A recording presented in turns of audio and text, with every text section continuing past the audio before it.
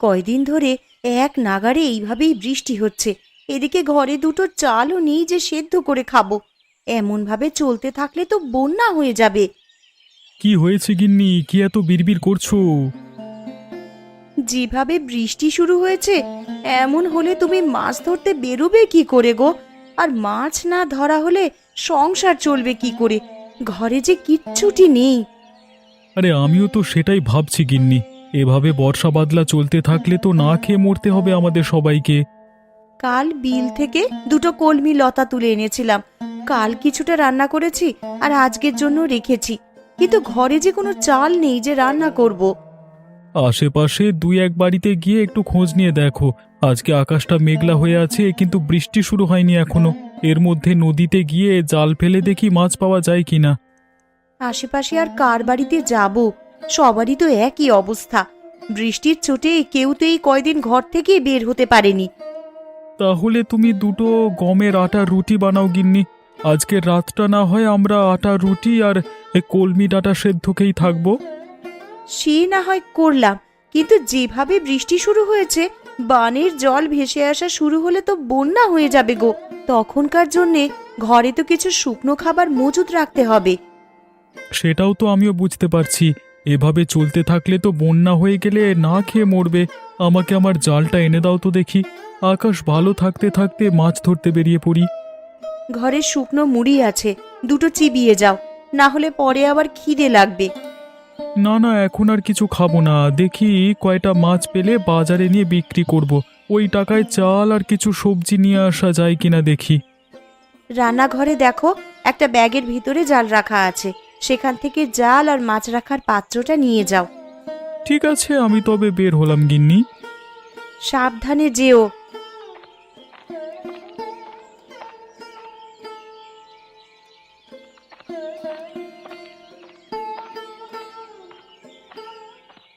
হায় হায় হায় হায়, কি হলো আমার?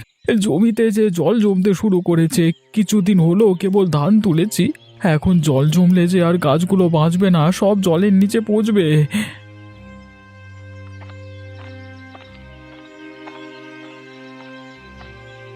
কিরে গোপাল, কি হয়েছে তোর? এভাবে আহাজারি করছিস কেন? দেখুন হারান দাদা, এই কদিনের বৃষ্টিতে আমার জমিতে জল জমেছে। আজকেও তো আকাশ মেঘলা হয়ে আছে, যে কোনো সময় বৃষ্টি নামতে পারে। এভাবে চলতে থাকলে তো জমি জলের নিচে তলিয়ে যাবে। আমিও তো আমার জমি দেখে এলাম, আমার জমিতেও তো জল জমছে রে গোপাল। বুঝতে পারছি না কি করব। এমনিতেই বৃষ্টির জন্য মানুষের আয় রোজগারের পথ বন্ধ হয়ে আছে কদিন ধরে। তার উপর আমাদের চাষিদের যদি এই অবস্থা হয়, তাহলে মানুষ খাবে কি আর বাঁচবে কি করে? এখন থেকেই আমাদের আগাম প্রস্তুতি নিয়ে রাখতে হবে, নাহলে পরে আমাদের বিপদে পড়তে হবে। আমরা গরিব চাষাভুষো মানুষ, আমাদের নিজেদের জমানো তো তেমন টাকা পয়সা থাকে না। যা থাকে জমির কাজে লাগিয়ে দিই ফসলের আশায়। তা তুই ঠিকই বলেছিস গোপাল, আমরা তো ফসলের আশায় কত কি বিসর্জন দিই। আর শেষকালে যদি ফসলের এমন হাল দেখি, তাহলে তো আমাদের আর চাষবাস করবার ইচ্ছেটাই মরে যাবে। এক কাজ করলে কেমন হয় দাদা? কি কাজ? আমরা যদি সেচে জমির জল সব বাইরে ফেলে দিই, তাহলে কেমন হয় বলো তো? তুই খেপেছিস নাকি রে গোপাল? এই এত জল কি সেচে শেষ করা সম্ভব? কি করব বলো, জমির এমন হাল দেখে মাথায় যা আসছে তাই বলে ফেলেছি। বিপদের সময় এমন অস্বাভাবিক চিন্তা মাথায় আসে, কিন্তু তাই বলে তো আর বোকার মতো সেটা করতে গেলে হবে না। তাহলে এখন আমরা কি করব দাদা?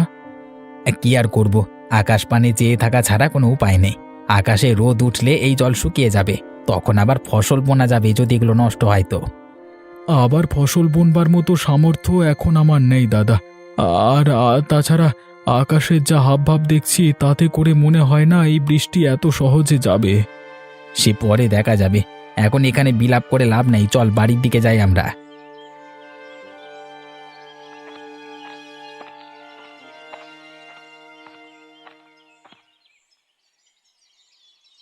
একটু সুযোগ পেলেই হলো, এই মেয়ে কাদামাটি নিয়ে খেলতে বসে যাবে। জামা কাপড় ময়লা হলে আজ তোর কপালে দুঃখ আছে ননি, এই আমি বলে দিলাম। আমার একটু খেলাধুলো তোমার সহ্য কেন হয় না বলো তো মা?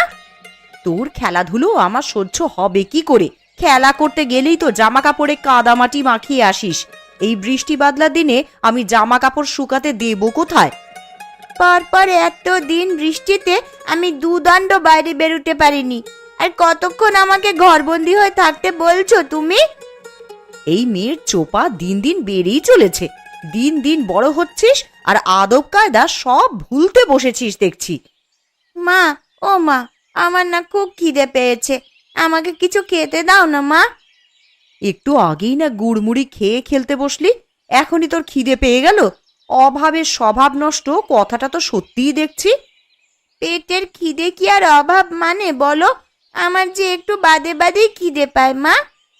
গুড় মুড়ি যা ছিল সব তো খেয়ে সাবার করেছিস একাই। এখন তোকে আর কি খেতে দিই বলতো? ঘরে কিচ্ছুটি রাখার উপায় নেই তোর জন্যে। খাবার দেখলেই কখন খেয়ে শেষ করবি সেই চিন্তা তোর। এখন আমার খুব খিদে পেয়েছে, আমায় কি খেতে দেবে দাও। রান্নাঘরে পান্তা ভাত রাখা আছে তোর বাবার জন্য, সেখান থেকে কিছু ভাত নিয়ে খা, আর বাকিটুকু তোর বাবার জন্য রেখে দে। পান্তা ভাত কি দিয়ে খাবো মা? তরকারি কি কিছু আছে? না, পেঁয়াজ আর লঙ্কা দিয়ে ডোলে খা। দুপুরে কচু ঘন্ট করে দেবো খন। শুধু পেঁয়াজ আর লঙ্কা দিয়ে কি ভাত খাওয়া যায় নাকি? তুমি আমাকে অন্য কিছু বানিয়ে দাও না মা। ঘরে আর কিচ্ছু নেই রে মা, এখন পান্তা ভাত খা। একটু বাদেই তো আবার দুপুরের রান্না বসাবো। রান্না হয়ে গেলে তখন আবার গরম গরম ভাত খাস। ঠিক আছে মা, তাই দাও তবে আমাকে। তুই রান্নাঘরে গিয়ে নিজে নিয়ে খা না, আমি দেখি কচুগুলো কেটে ফেলি। আর সাবধানে যাস, উঠানে আবার পা পিছলে পড়লে কিন্তু ব্যথা পাবি।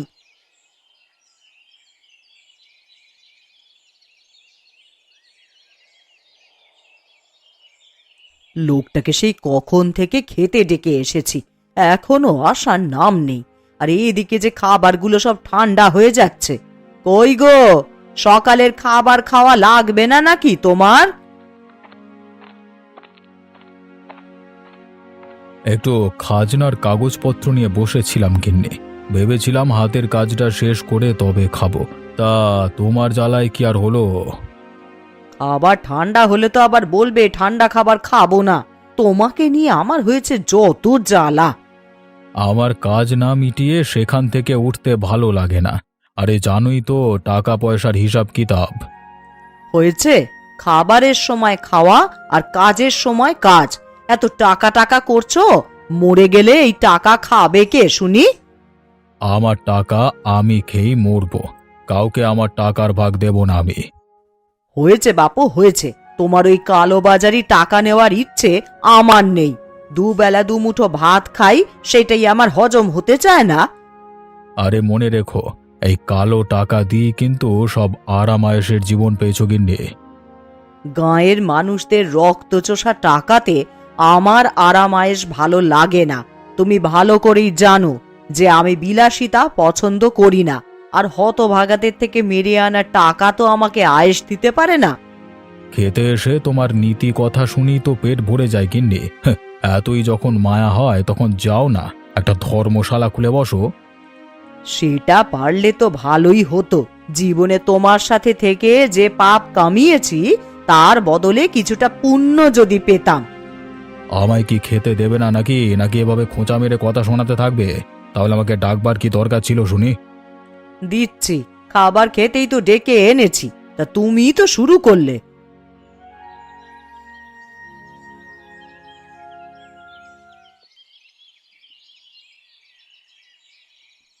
ননি, ও ননি, একবার এদিকে আয় তো মা।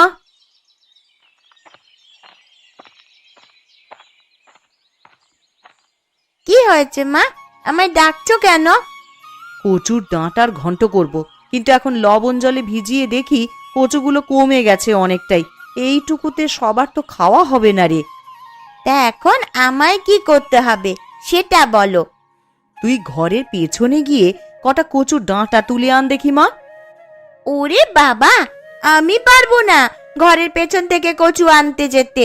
ওইগুলো ধরলেই আমার হাত চুলকাবে। হাতে প্লাস্টিক বেঁধে তুলে নিয়ে আয় মা, না হলে দুপুরের তরকারি যে কম পড়ে যাবে। বিকেলে আবার গয়া পিসির বাড়িতে যাব, তখন পিসির জন্য তো একটু কচু ঘন্টের তরকারি নিয়ে যাব ভেবেছি। গয়া দিদার বাড়িতে যাবে মা? হ্যাঁ রে মা, অনেক দিন হলো পিসির দেখা নেই, তাই ভাবছি একবার গিয়ে দেখা করে আসি। বেশ, তাহলে আমিও যাব।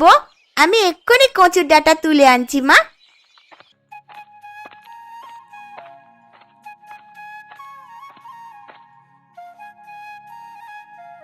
জয়াদি, ও জয়াদি, রান্না বসিয়ে দিয়েছো দেখছি।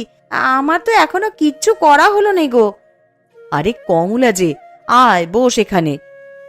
না দিদি, বসতে আসিনি, আমি এসেছি তোমার কাছে কিছু চাইতে। কি চাইতে এসেছিস কমলা? ঘরে রান্না করার মতন কিচ্ছুটি নেই দিদি। এখন কি রান্না করব ভেবে পাচ্ছি নে। কাল কটা কলমির ডাঁটা তুলে এনেছিলাম, তাই দিয়েই কালকের দিনটা কোনো রকমে চলেছে। আমার ঘরেও তেমন কিছু নেই রে কমলা।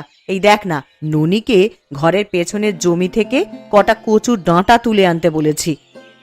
আমাকে আজ সের চাল দেবে দিদি? আমি কাল আবার দিয়ে যাব তোমায়। ওমা, থাকলে কেন দেব না?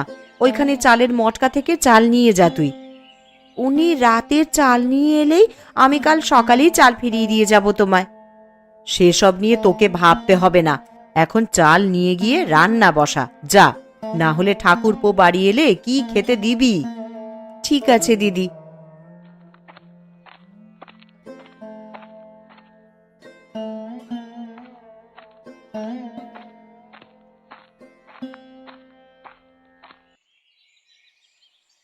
আজ 2 দিন হয়ে গেল বাড়ির বাইরে কোথাও যেতে পারছি না। এইভাবে জলবন্দি হয়ে কি থাকা যায় নাকি? ঠিক মতো 2 দিন রান্না খাওয়াও হচ্ছে না।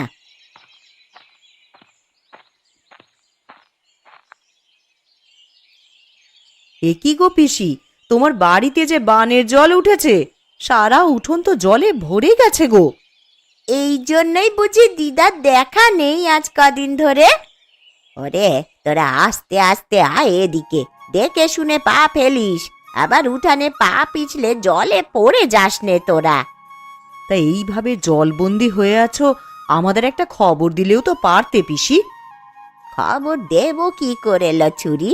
দেখতে পাচ্ছিস নে জলে আমার উঠোন একেবারে ডুবে আছে। এই হাঁটু জলে নেমে আমি এখন তোদের খবর দিতে যাব? খবর না দিলে আমরা কিছুই জানতে পারবো না তো। এখন তোমার জন্যে কচু ঘন্ট নিয়ে এলাম বলেই না দেখতে পেলাম, না হলে তো আমরা জানতেও পারতাম না দিদা। তা তোরা আমায় কেমন ভালোবাসিস তা আমার জানা হয়ে গেছে। দুটো দিন পার হয়ে গেল আর তোরা এখন এসেছিস আমার সাথে দেখা করতে। কি করব পিসি, দেখলেই তো এই 2 দিন কেমন টানা বৃষ্টি হলো। আকাশের ভাব ভালো দেখছি না গো, সন্ধ্যায় খুব বৃষ্টি হবে বলে মনে হচ্ছে। আরো বৃষ্টি হলে তো এবার জল ঘরে উঠে যাবে দিদা, তখন তুমি থাকবে কোথায়? এই বুড়ির আর কে আছে যে দেখে রাখবে? বানের জলে ভেসেই না হয় চলে যাব কোথাও। ছি ছি পিসি, এসব কথা কখনো মুখেও আনবে না। আমরা সবাই আছি তোমার পাশে। আবহাওয়া বেশি ভালো দেখছি না, তুমি বরং আমাদের সাথে আমাদের বাড়িতে চলো পিসি। হ্যাঁ দিদা, আমাদের সাথে চলো। এই বিপদে তোমাকে একা রেখে যেতে পারবো না আমরা। তা বেশ, তোরা যখন এত করে বলছিস তবে তাই চল।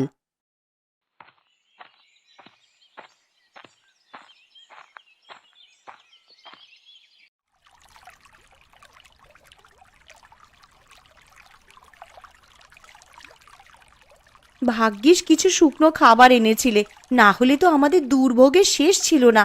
যেভাবে বানের জল হুট করে বাড়িতে প্রবেশ করা শুরু করলো, খাবারের জন্য কোথায় যে যেতাম পরে। জল বেড়ে যাচ্ছে দেখি তো দরকারি জিনিসপত্র নিয়ে বাড়ির চালায় উঠে এলাম, না হলে আর উঁচু জায়গা পেতাম না।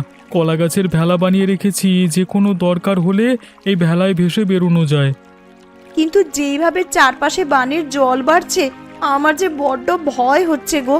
জল বেশি হলে তখন যাব কোথায় আমরা? ও তুমি চিন্তা করো না গিন্নি, একটা না একটা উপায় ঠিক হবে। আমি একটু বেরোবো। হ্যাঁ, তুমি আবার এখন কোথায় যাবে শুনি? হারান দাদা গোপাল দাদাদের কি অবস্থা, তারা কোথায় আশ্রয় নিয়েছে, এসব একটু দেখে আসতে হবে তো। তুমি চলে গেলে আমি একা একা কি করব এখানে? জল যদি বেড়ে যায় তাহলে আমি একা হাতে কিভাবে কি করব? ওসব নিয়ে চিন্তা করো না গিন্নি, কলা গাছের ভেলা তো একটা বানাইনি, মানে আমি আগে থেকেই আর একটা ভেলা বানিয়ে রেখেছি।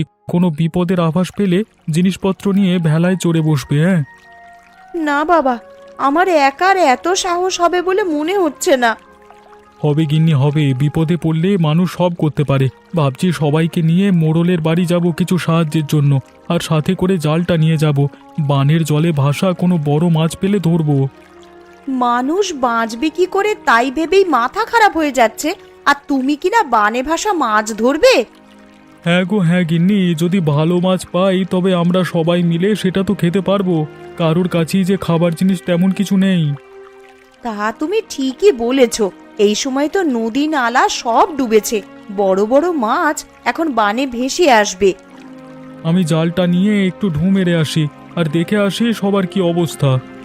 ঠিক আছে, সাবধানে যেও, আর তাড়াতাড়ি ফিরে আসবে কিন্তু। ঠিক আছে গিন্নি।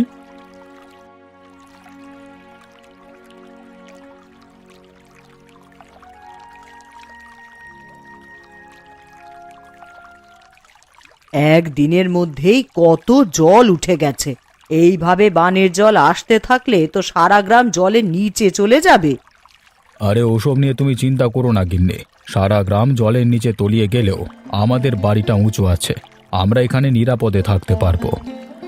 তুমি কেমন মোড়ল বলো তো? আমি আমাদের কথা বলছি না, আমি বলছি গ্রামবাসীদের কথা। তাদের এই বিপদের দিনে তোমার উচিত তাদের পাশে দাঁড়ানো। আর তুমি আবার এখন শুরু করলে? দেখছো বানের জলের জন্য সবাই ঘরবন্দি হয়ে আছে, তার মধ্যে তুমি বলছো আমাকে মানুষের খোঁজ নেওয়ার জন্য।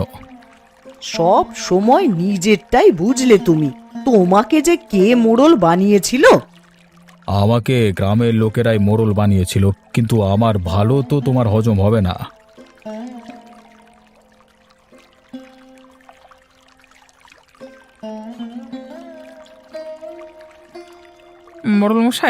মোড়লমশাই বাড়িতে আছেন নাকি? একবার বাইরে আসুন তো, আমরা সবাই আপনার সাথে কিছু পরামর্শের জন্য এসেছি। আমি দোতলার ওপরে এখানে, গোপাল তোমরা ওপরে তাকাও। আপনি আমাদেরকে একটু সাহায্য করুন না বাবু, না হলে তো সবাই না খেয়ে মারা পড়বো। কি সাহায্য করবো আমি তোমাদের? আপনার কোষাগার থেকে যদি আমাদের কিছু চাল এবং আঠা দিয়ে সাহায্য করতেন, তবে সবাই পেটের খিদে নিবারণ করতে পারতাম। আমার কোষাগারে যা খাদ্যশস্য জমানো আছে সেগুলো তো আমার ব্যবহারের জন্য জমানো আছে, সেখান থেকে তোদের দিলে আমি চলবো কি করে? কিন্তু আমরা যে সবাই খুব দুর্দশার মধ্যে দিয়ে যাচ্ছি বাবু। আমার ঘরে চাল নেই, তরকারি নেই, শুকনো মুড়ি চিবিয়ে দিন কাটাচ্ছি। ওই ঢের ভালো তোদের জন্য, আমি সেভাবে কিছু দিতে পারবো না তোদের, নিজেরটা নিজেরাই জোগাড় করে নে। ঠিক আছে বাবু, আমরা তাহলে আসি এখন।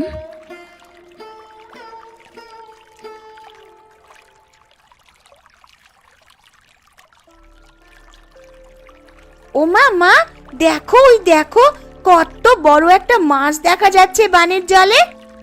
আরে তাই তো রে, এমন বড় মাছ তো আমি আগে কখনো দেখিনি। এটা কি মাছ গো পিসি?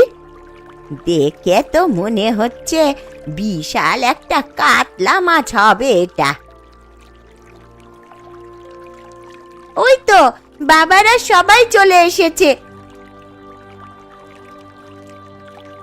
বাবা জানো, এই বানের জলে বড় একটা কাতলা মাছ ভাসতে দেখা যাচ্ছে। কি গো, কোনো সাহায্য পেলে মোড়লের কাছে? না গো গিন্নি, মোড়ল আমাদের কোনো সাহায্য করতে রাজি হলো না। এখন এই বিপদের দিনে আমরা যে কি করব? ঘরে যা ছিল সব তো প্রায় ফুরাবার পথে। এগুলো পুড়িয়ে গেলে খাবো কি আমরা তখন? তোরা মাছ ধরা শুরু কর, বড় কাতলা মাছ দেখা যাচ্ছে বানের জলে। ধরতে পারলে বিক্রি করে অনেক টাকা পাওয়া যাবে। তা তুমি মন্দ বলনি পিসি। ওই যে বাবা দেখো, কত বড় একটা মাছ। এমন মাছ আমি জীবনেও কখনো দেখিনি। তুই দেখবি কি রে? আমরাও যে এমন বড় মাছ আগে কখনো দেখিনি। এই মাছ আমাদেরকে ধরতেই হবে, যে যা পারো তাই নিয়েই চলো। আমরা মাছটা ধরবার চেষ্টা করি, আর আমার কাছে জাল আছে। তবে চলো মাছটার পিছু করি।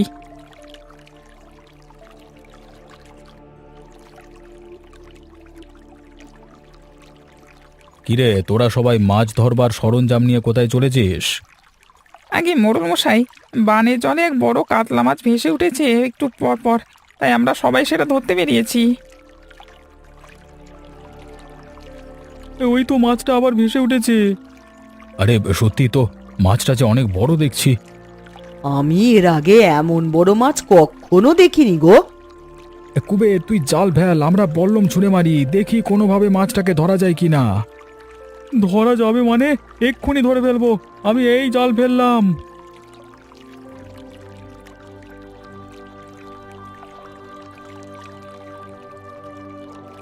দাদা আমাকে সাহায্য করো তোমরা, একা হাতে আমি বড় মাছ তুলতে পারবো না। মাছটা জালে আটকা পড়ে লাফালাফি করছে। হ্যাঁ হ্যাঁ, আমরা সাহায্য করছি তোকে। মাছটা তো অনেক বড় রে কুবের, এটা নিয়ে শহরের মুখে হাটে বিক্রি করে আয়, অনেক দাম পাবি তাহলে। না না, এই মাছ আমি বিক্রি করব না বাবু, এই মাছে সবার অধিকার আছে। সবাই এই মাছ দেখেছে, আমি একা এটা করতে পারবো না, তাই আমি এটা ভাগ করে নেব সবার সাথে। মোড়ল মশাইকেও তার ভাগেরটা আমরা এখানে দিয়ে যাব। দেখলে দেখলে তো ওরা কেমন ভালো মানুষ। বানে ভেসে আসা একটা বড় কাতলা ধরে ওরা সেটা তোমাকে ভাগ দিতে চাইছে, আর তুমি কি না ওদের একটু সাহায্য করতে চাওনি। আমি আমার ভুল বুঝতে পেরেছি, আসলে একা একা কোনো কিছু ভোগের শান্তি নেই। কথায় আছে, ভোগে নয় ত্যাগই প্রকৃত সুখ। তোরা যাবার পথে আবার কোষাগার থেকে চাল ডাল যা লাগে নিয়ে যা। তাহলে তো আজকে বানে ভাষা বড় কাতলা মাছ দিয়ে মহাভোজ হবে সবার। তোরা বাড়ি গিয়ে সবাইকে আমার এখানে নিয়ে আয়, এই বিপদে আমরা সবাই একসাথে আমার বাড়ির দোতলায় থাকবো। ঠিক আছে বাবু, আমরা তাহলে বাড়ি গিয়ে সবাইকে নিয়ে আসি। মাছটা আপনার বাড়িতে রেখে যাই, এসে না হয় রান্না বান্নার আয়োজন করা যাবে। হ্যাঁ।